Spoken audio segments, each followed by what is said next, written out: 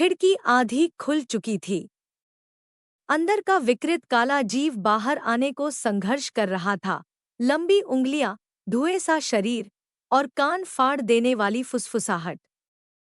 एक बाहर, एक अंदर।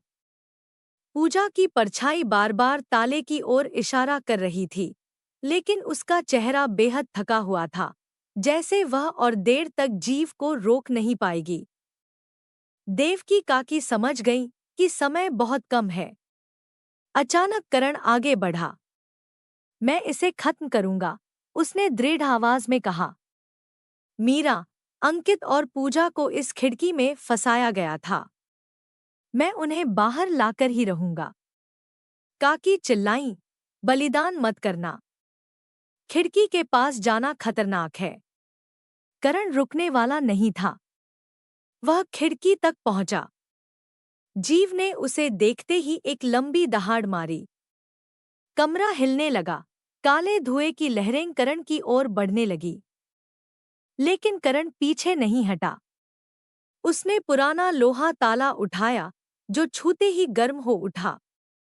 जैसे ही वह ताला लगाने लगा, जीव ने उस पर हमला किया। काली उंगलियां करण की कलाई लपकने लगी, लेकिन तभी पूजा की परछाई जीव के सामने आ खड़ी हुई। पहली बार उसने आवाज निकाली, धीमी, कांपती हुई। नहीं।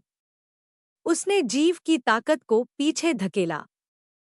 मीरा और अंकित की परछाइयां भी उसके साथ आ गईं। तीनों आत्माएं मिलकर उस जीव को रोकने लगी। अचानक खिड़की की दरार से एक चमकदार सफेद रोशनी निकली। धीमी पहले, फिर तेज। करण ने मौका देखते ही ताला खिड़की के कुंडे में जमा दिया। क्लिक। जैसे ही ताला लगा, पूरी खिड़की सुनहरी रोशनी में नहा गई। पूजा, मीरा, अंकित, तीनों की परछाइयां उजाले से भरने लगी। काले जीव ने दर्द भरी दहाड़ मारी और उसी रोशनी में पिघलने लगा। धीरे धीरे, और फिर पूरी तरह गायब हो गया। काकी ने राहत की सांस ली। ताला स्वीकार कर लिया गया है। शाप टूट चुका है। खिड़की की रोशनी कुछ क्षण तक चमकती रही, फिर धीरे धीरे शांत होने लगी। और तभी तहखाने में एक हल्की हवा चली, और एक एक करके तीन आकृतियां वास्तविक रूप में प्रकट हुईं। मीरा, अंकित और पूजा, तीनों जीवित लोगों की तरह चमक रहे थे। चेहरों पर सुकून, आंखों में कृतज्ञता। मीरा ने करण को गले लगा लिया। तुमने हमें बचा लिया। पूजा मुस्कुराई।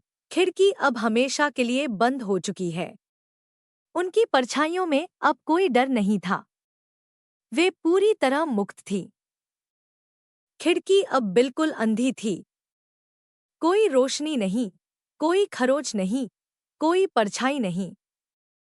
सिर्फ एक शांत, साधारण सी पुरानी खिड़की, जैसे वह कभी भूतिया थी ही नहीं।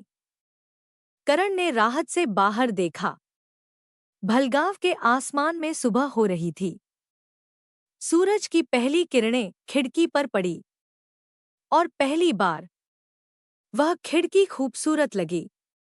तो दोस्तों, ये था इस कहानी का अंतिम भाग। आशा करती हूँ कि आपको ये कहानी अच्छी लगी होगी। अगर आपको ये कहानी अच्छी लगी तो वीडियो को लाइक करें और चैनल को सब्सक्राइब करना ना भूलें।